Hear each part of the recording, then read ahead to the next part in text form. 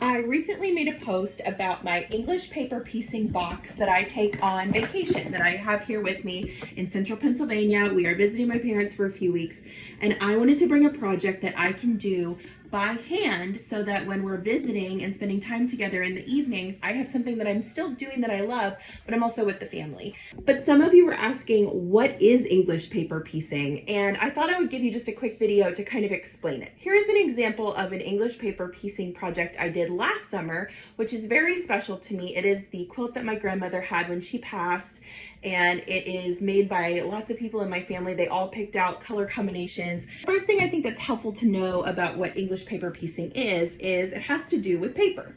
And so you're going to take templates. It could be a hexagon shape, diamond shape, parallelogram shapes. They have flower shapes. There's so many different options. I would recommend, if you're just getting started, to try with what they call a hexie, which is the hexagon shape. That's what I made that quilt that I just showed you out of, and that's what I am working on presently. I am almost done with this quilt top. This is all handmade, and I just used some fat quarters that I found last summer and white fabric to put in the middle.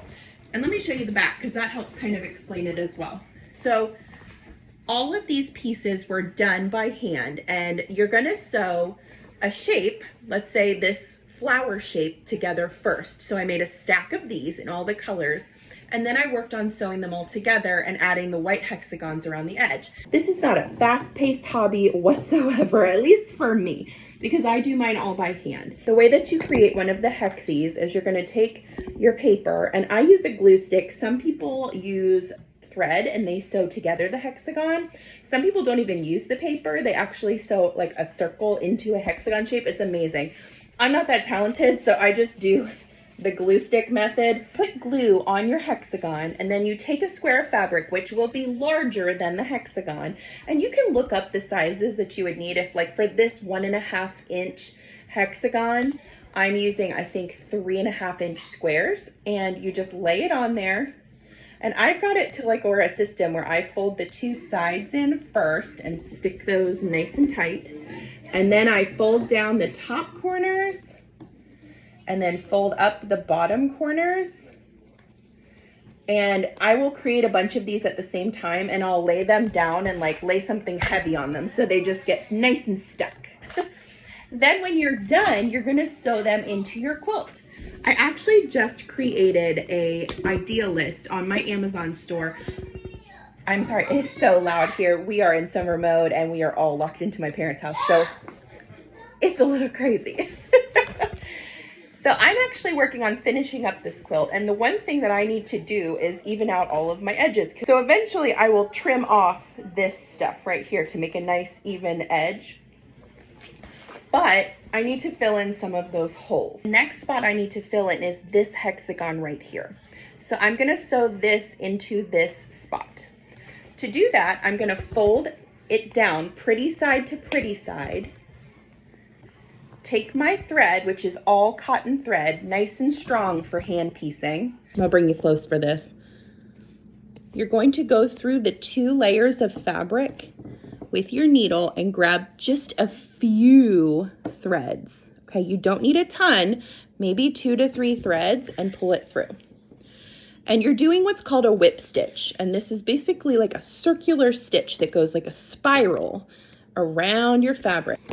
To me, it's very calming. I don't have to overthink things. I don't have to do a lot of like measuring or planning while I'm sewing it. Once you get your pieces put together, it's sort of just sew and go. And the other thing I love, especially when you're on like a vacation with family, is you can get your whole family involved in this. Like last summer, my aunt was sitting there putting together color combinations that like I never would have thought of on that quilt.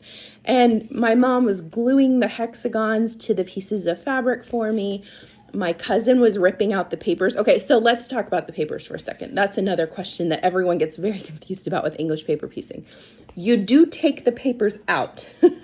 Some people are like, why would you want that crunchy paper quilt? That's so icky.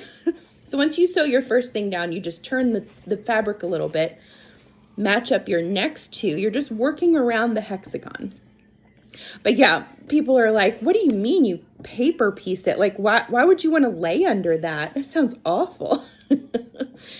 And honestly, I am not a pro at English paper piecing. I have not done it for very long. I've done it for about a year, but I really, really love it. I am one of those people that just can't sit and like watch a show. And I try really hard at night to stay off my electronics if I can. And this is a wonderful way for me. Like, I actually find myself looking forward to getting my hands on my English paper piecing projects at the end of the day, because for me it's calming. It's very therapeutic, that rhythmic just going back and forth, whip stitching around that seam. We use the hexagon quilt that I made last summer all the time. And I was telling that story in the beginning. My grandmother was a sewist. I've told this on this channel several times. My grandmother was a seamstress as well. She sewed wonderful things. And when she was passing last year, she had been moved to hospice. She was 100 years old. I took that quilt, I had just finished it, and I took it up to show her, and her eyes just lit up when she saw it. And so I said in that video that day when I was making the video when I got back from her funeral, I knew where that quilt was meant to be. And so I told her, I said, Grammy, you can have this quilt. This one's for you. And she was so adamant about keeping that quilt nice. She didn't stay with us much longer after that. She was only able to make it another few weeks. But every day when the nurses came to help her with her bed and get things sorted out, she made sure it was straight and perfect. And she laid with it until she went to heaven. And to me, that's really special that she had something that I put a lot of love in that was holding on to her when I couldn't be there. Anyway, at the risk of making this very emotional, and I have to stop talking about it because I love her so much and I miss her so much that it's very hard for me to recap it. But I do think making quilts by hand, there's such a special place in the world for that. However you make your quilt is fine. You know you'd never get judgment from me for that. But if you ever have the hankering to do a handmade quilt, I highly recommend you try it. It doesn't have to be perfect. It just has to be made with love. And I know that's something you guys can do. So that's English paper piecing in a nutshell. You can see where I just sewed that one on right here. I don't even remember where it was. It blends in so well. That's English paper piecing. The next step for me is I will lay this out on some batting and I'll make my quilt sandwich, and then I'm going to hand quilt. I haven't decided how I'm going to do that yet, but I'll keep you guys posted and I'll show you the finished product when it's done. So there you go. English paper piecing in a nutshell. Let me know if you have questions, and make sure to check out that Amazon store because I think a lot of those questions can be answered by what's loaded in there. Like and follow for more.